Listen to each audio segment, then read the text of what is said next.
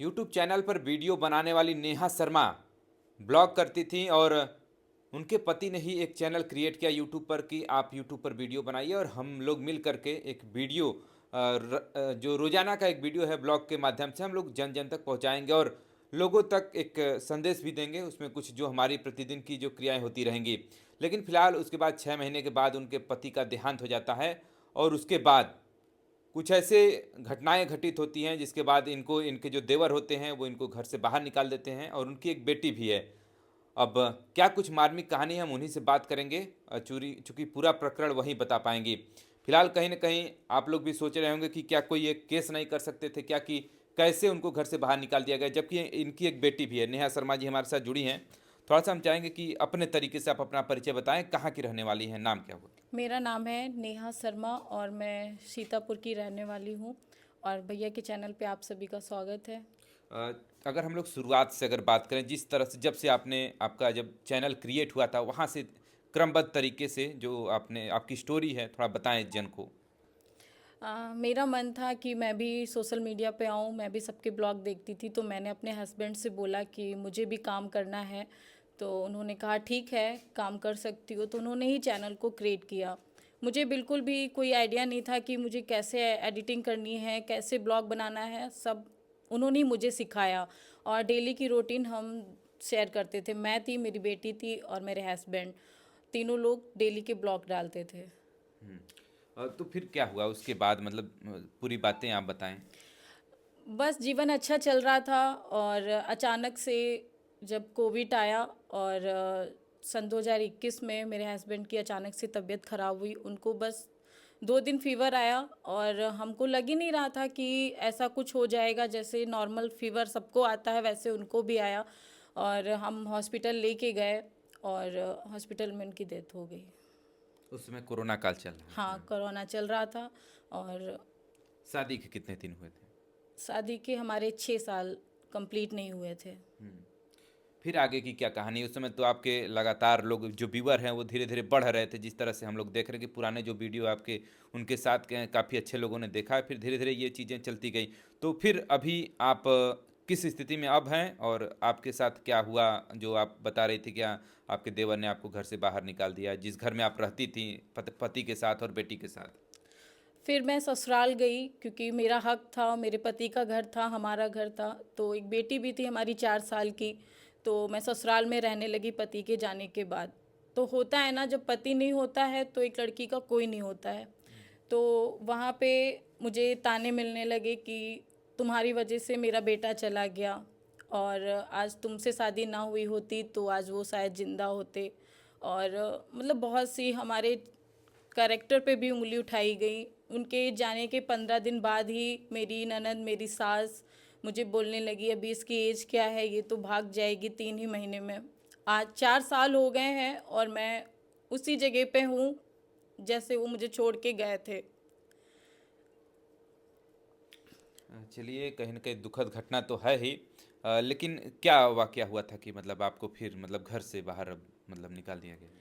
फिर मैं चाहती थी कि मैं कोई काम करूं क्योंकि बेटी थी, उसको पढ़ाना भी था, वो स्कूल नहीं जाती थी, 4 साल की हो गई थी। और उनका भी सपना था, मेरा भी सपना था, जैसे सबका सपना होता है कि हम उसे डॉक्टर बनाएंगे। तो मुझे एडमिशन कराना था पर मेरे पास एक भी पैसा नहीं था। तो मैंने अपनी सास से बोला कि मुझे शॉप दे दो, एक मेरे घर में शॉप थी, 2 दुकानें हैं वहाँ पे। तो मैंने कहा एक दुकान मुझे भी दे दो, मैं भी अपना काम करूँगी वहाँ पे। तो उन्होंने कहा ठीक है, हम दुकान दे देंगे। उसी झांसे में मुझे रखते रखते रखते रखते पूरे 9 महीने निकाल दिए।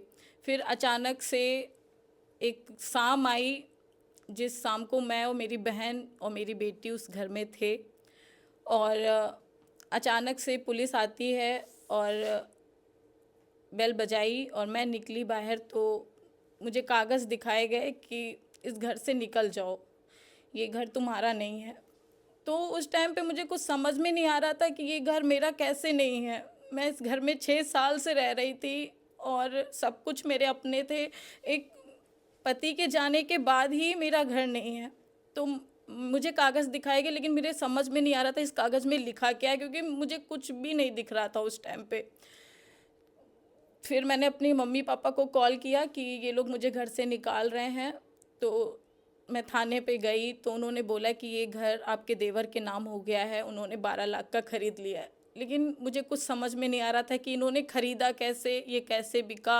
इस घर में तो हम रह रहे थे। तो थाने में उन मतलब एप्लीकेशन वगैरह डाले गए, केस भी किया गया, पर वहाँ पे हमारी कोई सुनवाई नहीं हुई क्योंकि वो देवर के नाम पे हो चुका था घर। जिस घर में लगभग 6 सालों से ये रह रही थी और वो अचानक किसी और के नाम हो जाए कि आपको यहाँ से घर से बाहर निकलना है तो क्या बीतेगी उस पर, इनसे अच्छा कोई नहीं समझ सकता है। लेकिन अब तमाम जगह आप गई भी लेकिन वहाँ से कुछ सुनवाई नहीं हुई, तो क्या मतलब कैसे ये हुआ कि मतलब उनके नाम हो गया, देवर के नाम कैसे वो चीज़ें हो गई, थोड़ा सा उसको भी अगर संक्षेप में बता सकें तो। वो घर मतलब मेरे ससुर ने लिया था और तब मेरी शादी नहीं हुई थी। तो मेरे हस्बैंड बताते थे कि ये ज़मीन खरीदी गई है लेकिन इस पे कोई लिखा पढ़ी नहीं है। तो जब मेरे हस्बैंड चले गए तो उनको एक मौका मिल गया कि इस घर जिनसे वो मेरे ससुर ने खरीदा था उन्हीं से मेरे देवर ने अपने नाम पे करा लिया। अच्छा, कि मतलब डायरेक्टली डायरेक्ट आपके मतलब आपके ससुर के नाम ना हो करके हाँ डायरेक्ट आपके अब देवर के हाँ नाम। देवर के नाम हो गई तो देवर में मतलब भाभी का कोई हक नहीं बनता है। हम्म। ऐसा मतलब थाने भी मुझे बोला गया, मैं जहाँ जाती हूँ वहाँ से मुझे यही बोला जाता है कि तुम्हारा इस घर पे कोई हक नहीं है। मेरी बेटी उसी घर की है और उसे कोई भी हक नहीं दिया गया। यहाँ तक ये बोला गया ये मेरे घर की नहीं है, जहाँ मेरा बेटा गया वहाँ तुम दोनों जाओ। मुझे हर जगह से मतलब कभी न्याय मिला ही नहीं। मैं हर जगह गई हूँ, आज 4 साल हो गए हैं मुझे भटकते भटकते। कौन सा थाना है आपका? मेरा पिसावा थाना है। पिसावा, सीतापुर में पिसावा हाँ थाना। पिसावा थाना। यहाँ सीतापुर का पिसावा थाना है जहाँ पर कि ये चीज़ें हुई हैं जो घटना घटित हुई है, और फिलहाल अब इनकी एक नई ज़िंदगी चल रही है। अब बेटी के साथ ही अब कहाँ रहना होता है, रेंट वगैरह पे? हाँ मैं 3 साल तक अपने मायके में रही हूँ मम्मी पापा के साथ में, और अभी लखनऊ में रह रही हूँ 6 महीने से। अभी क्या रेंट वगैरह पे ही है? हाँ रेंट पे रहती हूँ, अपनी बेटी को पढ़ा रही हूँ। बच्ची की अभी उम्र क्या हो चुकी है? 8 साल हो गई है, अच्छा, किस क्लास में अभी पढ़ती है? सेकेंड में आ गई है मेरी बेटी। तो अब कैसा जीवन चल रहा है? अब मतलब क्या चीज़ें अभी फिर से उस पर संघर्षरत हैं उस घर में जाने के लिए, या फिर अब आगे की नई ज़िंदगी कुछ देख रही हैं? किसका मन नहीं होगा कि वो अपने घर जाए। मेरा भी मन है कि मैं भी अपने घर जाऊं। मेरी बेटी का जो हक है वो भी पूछती है मम्मा कि मुझे अपने घर जाना है, पर उस घर में मैं आज 3 साल से नहीं जा पा रही हूँ। जाती हूँ तो सारे गेट बंद हो जाते हैं मेरे लिए, सारे के सारे गेट बंद कर दिए जाते हैं। खासकर मेरा देवर बंद करता है हमेशा। हम्म। तो मतलब आप जाती हैं तो आपके देवर आपको प्रवेश नहीं करने देते उस नहीं, घर वो में? हमेशा मुझे जब देखता है तो वो तुरंत से ताले लगा देता है, सारे दरवाजे बंद कर दिए जाते हैं मेरे लिए कि जिनके साथ आई थी उनके पास जाओ। चलिए, एक पति के जाने के बाद क्या कुछ होता है आपने सुना, और कहीं न कहीं अब मायके में भी कितने दिन तक कोई बेटी रहेगी, 3 साल तक रही भी, लेकिन जो उनका प्रमुख घर हो जाता है शादी के बाद वो ससुराल ही होता है जहाँ पर कि ये रह रही थी। लेकिन फिलहाल क्या कुछ अपील करना चाहेंगी क्या कुछ लोगों से?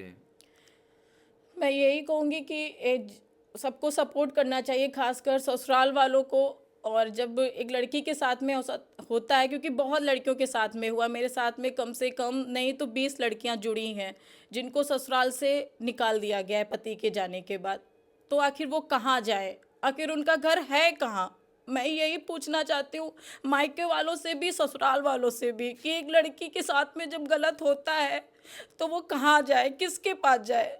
पुलिस के पास जाती है तो वो कहते हैं कि तुम अपने घर जाओ, वहाँ जाओ तो कहते हैं तुम अपने घर जाओ। आखिर हमारा घर है कहाँ?